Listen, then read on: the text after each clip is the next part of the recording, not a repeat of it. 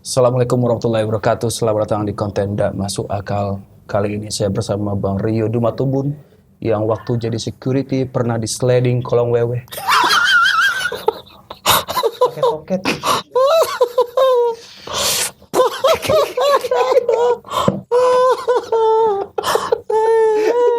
Bisa lucu gue ya. Gue jadi security sekarang. Gue lihat ini di Javu. Cuman kalau yang begini-gini, kalau di tempat kerja gue lama, ini seragam sapam prioritas. Yang di dalam? Nggak yang di tempat prioritas. Jadi nasabah-nasabah prioritas untuk di atas. Emang ada di atas? Ada, bisa satu bank gitu. Terus ada ruangan khusus prioritas gitu. Oh ada, gue pikir yang prioritas itu kayak yang ini ada yang teller, ada yang khusus gitu. Itu bukan gitu ya? Itu kalau cabangnya kecil, kalau cabang yang besar dia terpisah tuh dia. Jadi ada sapamnya naik ke atas, itu sabangnya selalu gini, safari bajunya. Namanya baju safari. Baju safari ya? Iya. Gue ini baju-baju kayak gini inget si ini yang di Abdel Temon, si Muklis. Oh iya. Gimana kangen gak pakai kayak gini? Tapi baju-baju satpam lu masih lu simpan semua? Enggak, gue bagi-bagiin waktu gue resign. Gue sisain 2. Yang lucu ada satunya itu waktu Kompas tuh terakhir buat charity. Jadi baju yang gue pakai di final itu dilelang. Idih, mantep. Yang gue bingungnya ada yang beli. Karena niatnya bagus. Niatnya bagus. Tapi kalau yang beli sapam juga aneh sih sebenarnya. Nggak, yang beli tuh ada tuh. Dia pernah kelas di Comika juga kalau nggak salah. Oh iya. Siapa sih namanya gue lupa. Terus dia DM gue, "Bang, baju lu udah sama gue nih." Anjay. Dia sama tiba sebangga itu belum anjing. Dia niatnya charity lumayan. Charity ya bagus charity. Tapi lu kayak figura baju gitu nggak di bingkai gitu? Ada, sekarang gue taruh patung di kamar gue ada studio. Jadi satu patung gue pakai baju sapam, terus gue ikat borgol gitu. Nggak masuk akal kan? Nggak masuk akal. Baju sapam dibeli itu dan nggak masuk akal, Rin. Tapi gue bang, kayaknya lebih nyaman sapam pakai baju putih deh gue. Ya putih biru ya? Iya, lebih. Bukan masalah bedanya ya, tapi gue lebih nyaman aja ngelihat sapam pakai baju putih daripada sekarang kayak baju polisi lah, pramuka lah lebih tepatnya. Sekarang lebih ke krem kayaknya. Iya, kayak PNS Jawa Tengah. Gue dulu ngajak Bang Rio, gue ngajak Bang Rio podcast karena dulu pernah ngobrol soal mistis juga di podcast Comika. Itu tentang pernah di lu mimpi basah. Oh ya, ini juga nggak masuk akal banget nih. Ini sesuai sama konten lo, nggak masuk akal banget. Jadi gue tuh pernah jaga di bank tapi daerah Roxy gitu. Ya Bank Mandiri lah gue sebut aja gitu kan gue kan ex Mandiri, jadi orang juga udah banyak tahu. Jadi posisinya tuh ruko 3 lantai gitu. Terus di atasnya itu ada meja biliar sama sofa-sofa busuk gitulah yang bekas-bekas. Yang lantai 3-nya. Tapi itu nggak dipakai umum kan? Nggak, untuk kalau kita istirahat makan siang di atas, sambil main biliar, kalau yang lembur apa segala macem. Jadi kejadiannya adalah gue tuh baru banget dipindahin ke situ, kurang lebih sekitar 2 mingguan baru gitu.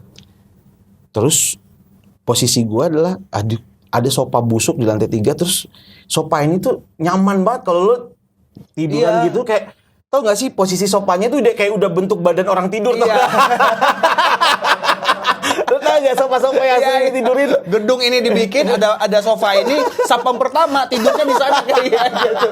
Jadi regenerasi terus ngebentuk badan orang tidur gitu saking udah lamanya. Jadi kalau kita tidur situ tuh udah tahu nih posisi kaki kita begini, badan, kepala, nah gitu tuh, langsung gitu tuh. Kalau ganti posisi aneh rasanya. Ganti posisi. Nggak bisa tuh dibalik, kepalanya di sana, nggak enak. Ya. Jadi harus di sini kepalanya. Iya. Tidur lah gue siang-siang, tidur terus mimpi basah gue, Rin. Mimpi basahnya tuh yang bener-bener kayak basah ini. Peju dia. Ini seragam ya? Seragam kan, kita kan buka baju putih kita terus pakai biru-biru terus tidur. Iya.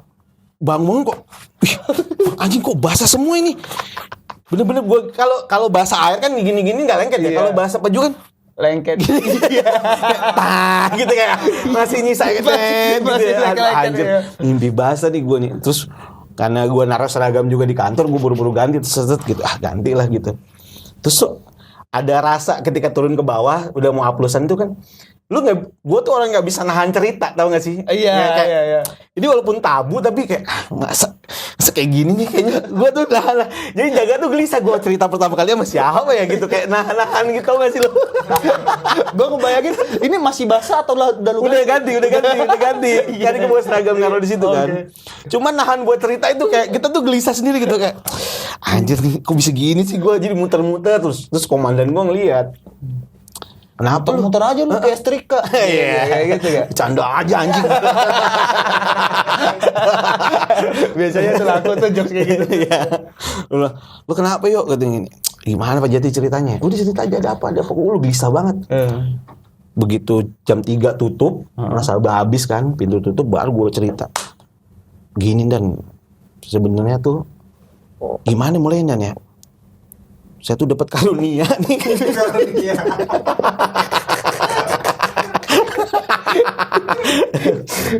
Jangan bercanda ntar gue tampol loh. Oke, gitu kan.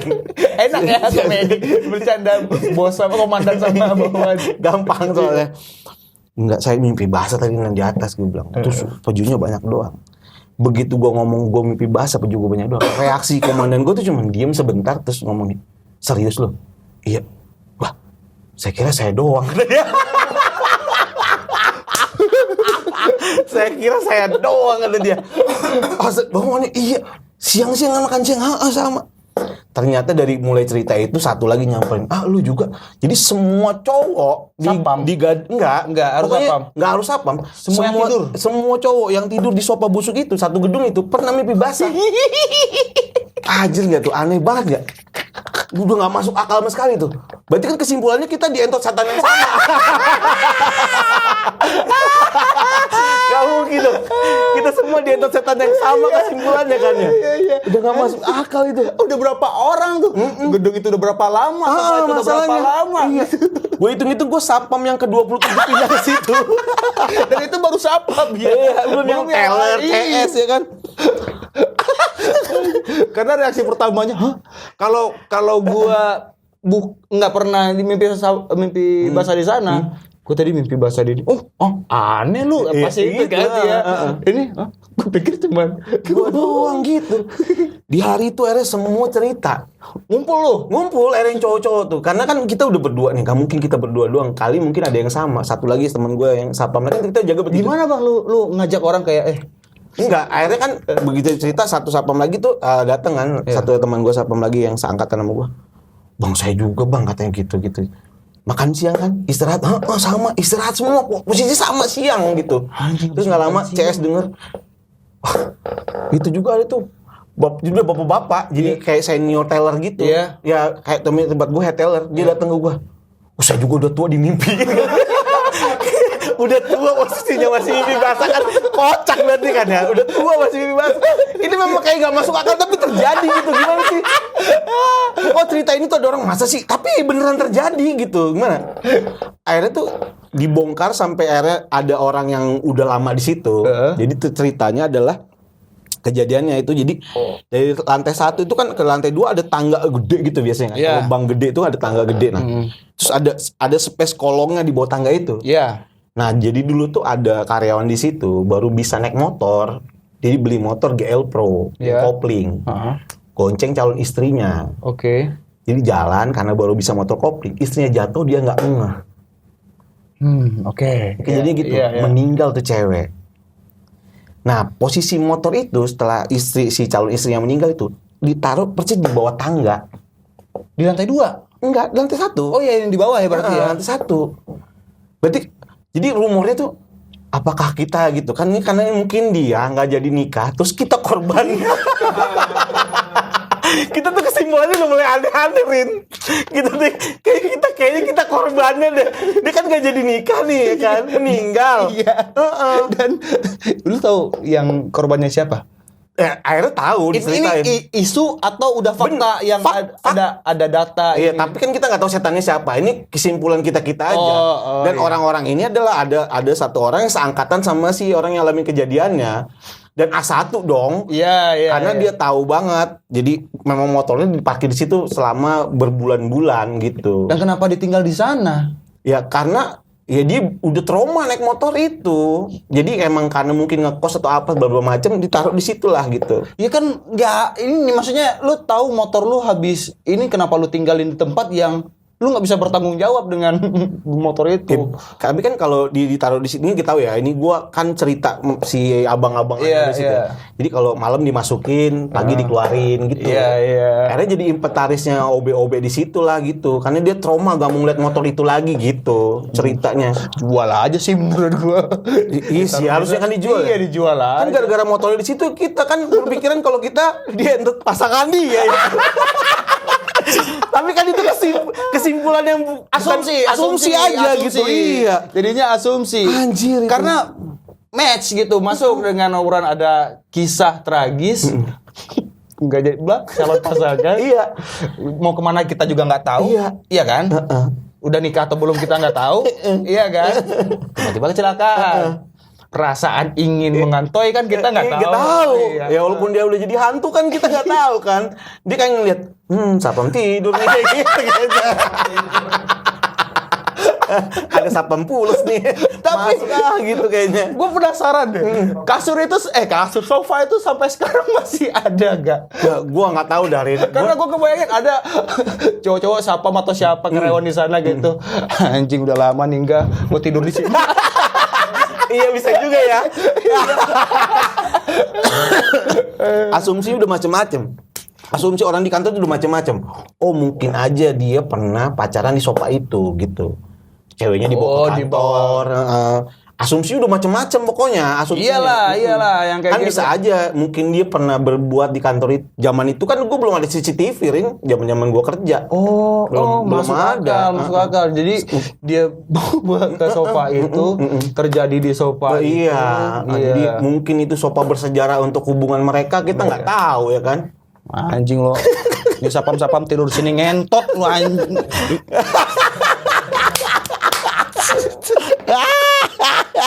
Aduh, aneh-aneh dah.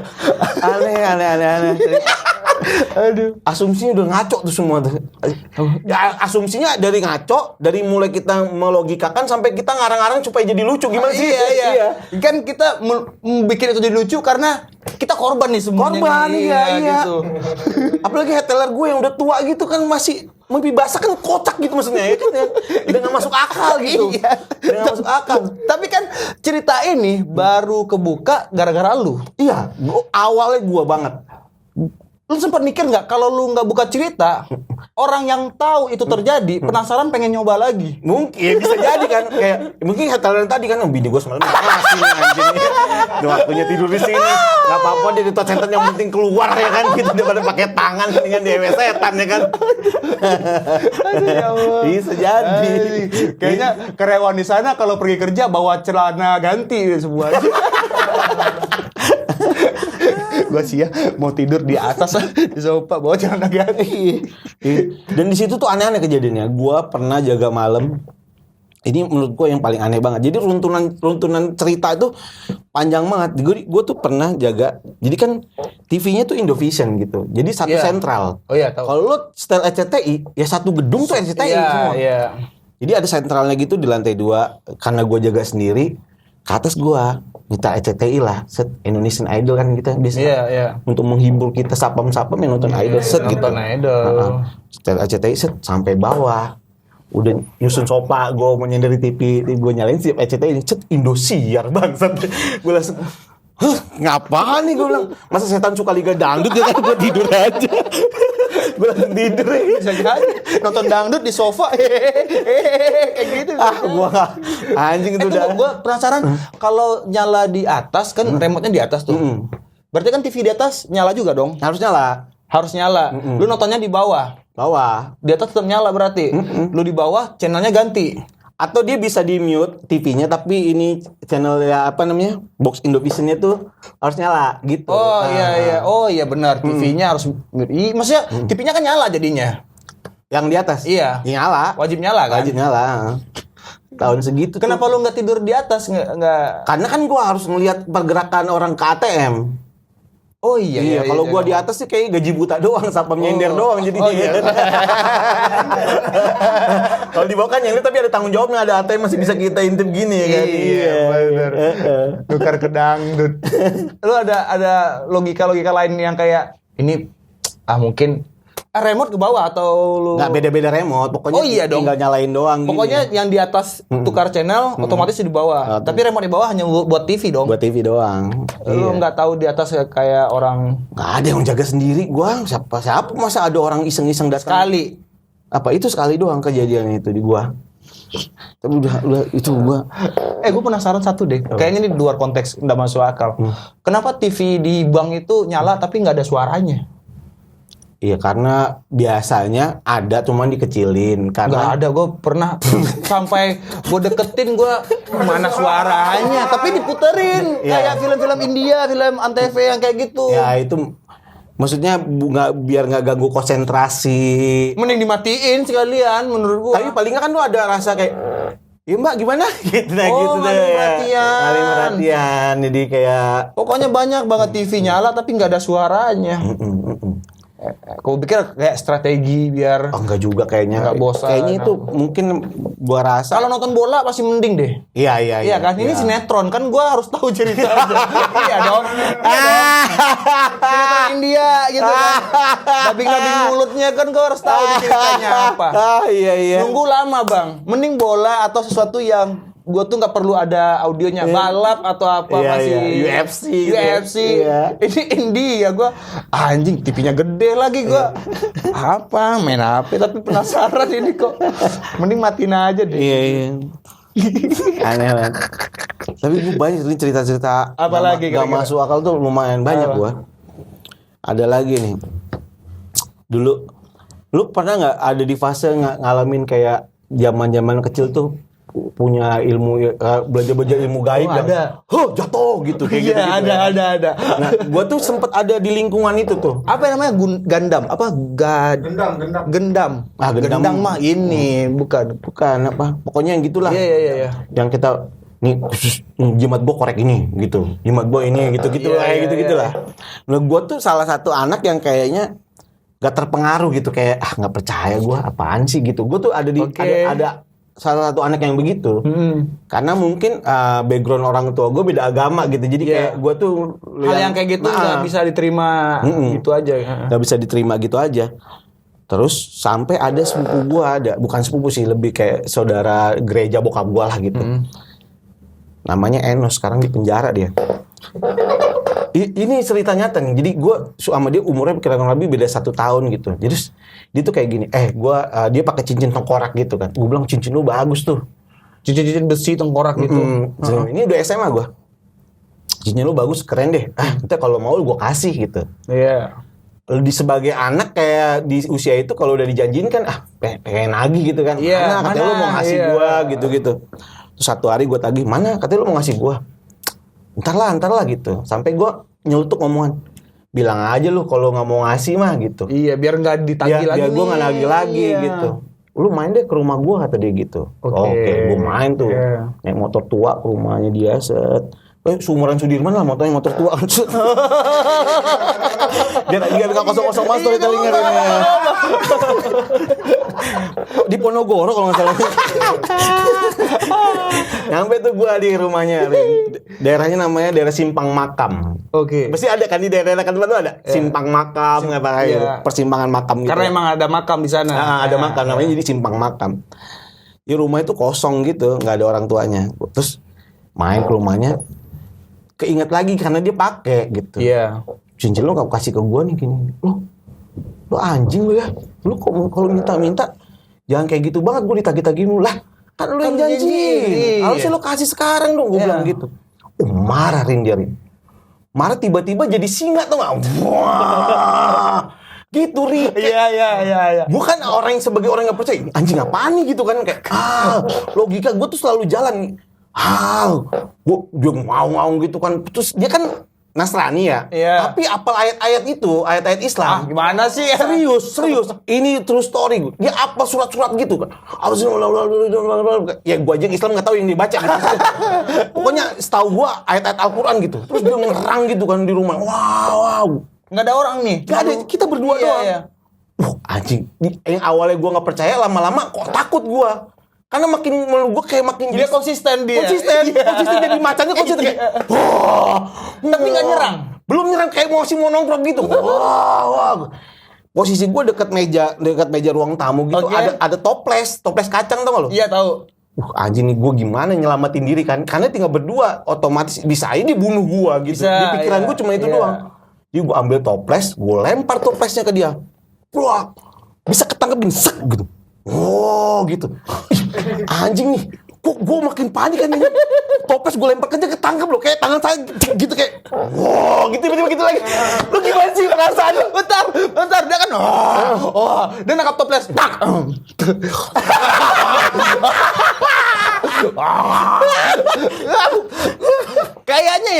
Kayaknya nih macan, singa atau apa kalau dilempar nangkap nggak mungkin bang. Kalau kayak kayak gitu atau menghindar apa kalau ditangkap. Gue bayangin kenapa ditangkap. Nggak masuk akal. Ya emang kayak gitu tapi kejadiannya emang nggak masuk akal. Tapi ditangkap gitu. Ditaruh lagi. Tapi untungnya dimakan tuh kacang. Kalau dimakan kan jadi macan ceret kan. Minum gitu. Fanta dong. Anjing. Itu bener-bener ngeraung gitu. Posisi gue makin takut karena gue lempar sekencang apapun, ditangkep itu sama dia, ditaruh. Dan anjing itu bukan dilempar, habis yang mana kan tak buang gitu. Ini tak kayak dia tahu nih, sayang nih, tangan lu gitu kayak gitu. Gak masuk akal bener. Sumpah gak masuk akal. Gue makin panik dong gue kan. Wah anjing nih. Karena gue tahu pintunya depan dari kunci gitu kan. Kan di ruang tamu doang nih. Dia nyerang gue, gue lari tuh ke atas kursi. Jadi kayak dia lompat gitu. Ya bener-bener kayak macan gimana sih? Gitu. Terus dia lari ke gue ngindar naik ke atas kursi. Jadi posisi gue megang bupet gitu. Bupet tau, lo tau bahasa bupet gak sih? Lemari. Ya, lemari TV, tau gak? Tahu, ya. Jadi posisi gue di atas kursi, dia di lemari TV tuh. Di bawah lemari TV gini. Jadi gue di atas, dia di bawah gitu kan. Udah siap gue ke atas gitu kan. Anjing nih apalagi yang harus gue lakuin nih. Lo tau gak? Gue pegang tuh lemari TV, gue tibanin dia. Bruk gitu. Anjing iya. Bruk gitu. Terus dia gitu. Karena kan sama TV-TV-nya jatuh, TV tabung tau gak lo? TV tabung kan yang lama itu, yang masih hitam putih. Iya. Jadi gue gantung itu, gue tarik gini, bruk. Jadi dia ketimpa lemari sama TV-TV apa? Gitu. Jadi suara gue cuma ini. Nah, gue tinggal tuh langsung tuh. Gue buka pintu, gue kabur pulang ke rumah. Anjing. Itu gimana? Sudirman? Enggak. Si Sudirman tadi. Udah, gue tetap nyalain, langsung cabut gue pulang ke rumah. Dan ini anehnya pasti nggak masuk akalnya banget. Selisih 1 minggu kita ketemu lagi. Ya. Terus kan gue takut ya. Iya masih trauma. Karena ini apalagi nih. Bukan takutnya dia balas dendam gitu tuh. Begitu ketemu kayak, kabar Pan? Kok lu nggak pernah main ke rumah lagi sih? Gimana sih? Lu kemana abis gue tiban pakai lemari lo anjing, kok nggak marah sih gitu? Kok kita baik-baik aja sih gitu? Soalnya nggak tahu kerjanya apa. Kayak gue dari situ tuh mungkin agak make sense sih gue ilmu-ilmu kayak gitu akhirnya. Benar ada apa enggak gitu. Iya. Sampai hari ini tuh gue masih ada di tahap yang kayaknya nggak ada sih gitu. Tapi tapi ada kejadian itu. Anjing. Kayak lu yakin ini ada. Dia ngasih tahu nggak kayak kemarin kenapa lu tiba-tiba pergi gitu? Ya kayak dia pokoknya nggak tahu alam bawah sadarnya dia ngomong apa ya. Tapi ketika ketemu sama gue gitu, main ke rumah lagi dong. Kok nggak pernah main ke rumah lagi? Cuma gitu doang. Padahal jaraknya seminggu loh. Ya seminggu. Kalau gua jadi si dia ya, sebelum gua berubah jadi macan tadi, iya dong, kan batas ingat gua ketika gua kesel lu minta cincin, tiba-tiba gua jadi macan, terus gua sadar udah ditimpuk lemari. Harusnya gitu ya. Itu dong. Iya. Kalau memang di fase itu gua hilang sebagai macan. Iya. Gua lu minta anjing lu minta, terus hilang, bingung, pas sadar kok gue di sini gitu Kenapa ya kan? Di sini masih ada TV tabung, buku-buku ya, toples. Masih banyak nih. Anjing untuk toples kacang masih. Anjing kenapa ya? Anjir. Pas seminggunya mungkin besok gua akan datang ke lu. Iya sih. Yuk, kemarin gua kenapa? Sorry nih gua nggak sadar atau apa gitu. Nah itu nggak ada tuh. Dia langsung kayak, lu main-main ke rumah lagi lah. Dalam hati gue, anjir kok nggak inget apa-apa nih gitu. Di kepala gue itu doang tuh sampai sekarang tuh belum jawabannya. Gue mau nanya orangnya di penjara sekarang ya. Jadi gue nggak bisa nanya ya kan. Di penjara jadi masih macan gak ya? Oh mati. Iya. Ini gua mati. Tapi masih kedengeran suaranya. Iya masih. Iya. Ya, udah berapa? Udah 5, udah deh. Iya. Makasih banyak Mario ini Sama-sama, pengalamannya. Iya. Aneh bin ajaib.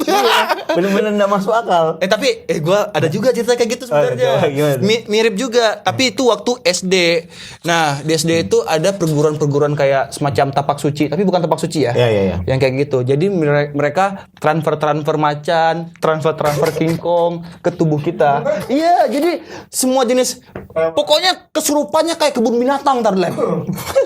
Kayak ada yang kesurupan jadi macan, yang ada doa baca astagfirullah, baca ini ya, ayat kursi ini pokoknya ada urutannya lah. Terus dia kayak ada kayak gitu tuh. Kayak gitu. Iya, emang kayak gitu. Iya, ada jadi macan, yang jadi kingkong juga kayak jadi kayak gitu. Dan paling ada yang jadi ninja. Kok dari binatang dia milih yang tahu. anjing aneh banget itu. Ada yang di ninja. Iya, sumpah. Ada yang di ninja jadi kayak bismillahirrahmanirrahim. Wah, pingsan kan. Wah, kayak gini kejar. Iya. Waktu itu kan SD Naruto belum segitunya. Kalau ada Naruto kan larinya kayak gini nih. Dia kayak gini lari jadi. Anjing tuh dapat gue yang kayak gitu yang si jadi macan. Pernah ditantang sama teman gue. Jadi dia tuh anak tinggal lah. Seangkatan kita jadinya. Jadi dia lebih tua dari gue. Ditantang, lu kalau beneran bisa berubah, coba deh berubah jadi macan gitu. Semua orang cewek-cewek disuruh keluar kelas. Cuman gue, senior gue yang tadi, kita satu kelas ya. Terus si yang berubah jadi macan itu. Dia berubah jadi macan. Terus gue disuruh buat berantem sama dia. Gue takut, maksudnya jangan gue ini berubah jadi macan nih. Didorong gue sama dia, sama ini namanya Bang Ori. Dorong lawan Rin. Gue karena didorong kaki gue di depan aja bang. Gue tendang, tak. Dia ngomong kasar, pante. Dari macan loh, pante. Nipu nih. Baru tuh si yang senior gue tadi, abang-abang tadi tuh, wah anjing nipu lu bangsa. Digebukin gitu. Apa lu jurus-jurus yang kayak gitu? Ya bangsa. Zaman-zaman itu selalu kayak gitu tuh. Gue ngerasain banget emang. Banyak cerita-cerita pengalaman seperti itu. Kayaknya gue pikir awalnya cuma di Padang. Kalau Bang Rio pernah ngalamin yang kayak gitu, berarti kayaknya seluruh daerah kayaknya pernah ngalamin itu juga. Ada cerita-cerita. Silakan tulis di kolom komentar ya kawan-kawannya. Terima kasih Mario. Bang Rio juga ada di download yang lagi di buat disumbangin untuk Yayasan Anak Kanker Pita Kuning. Iya, itu di insecurity semuanya dalam berapa lama? Sampai di bulan Desember. Wah, mulia sekali. Ya, nggak gitulah ya, yang penting inilah. Anda beramal dapat tontonan komedi keresahan para satpam. Iya. Gimiknya juga bagus banget tuh. Iya. Dibeli aja tuh kalau untuk langganan 70.000, kalau untuk yang harga normal 100.000 yang bukan member Comika. Iya, benar. Ya. Di comika.id ya teman-teman. Terima kasih banyak Mario. Sama-sama udah Rin. Assalamualaikum warahmatullahi wabarakatuh. Dadah.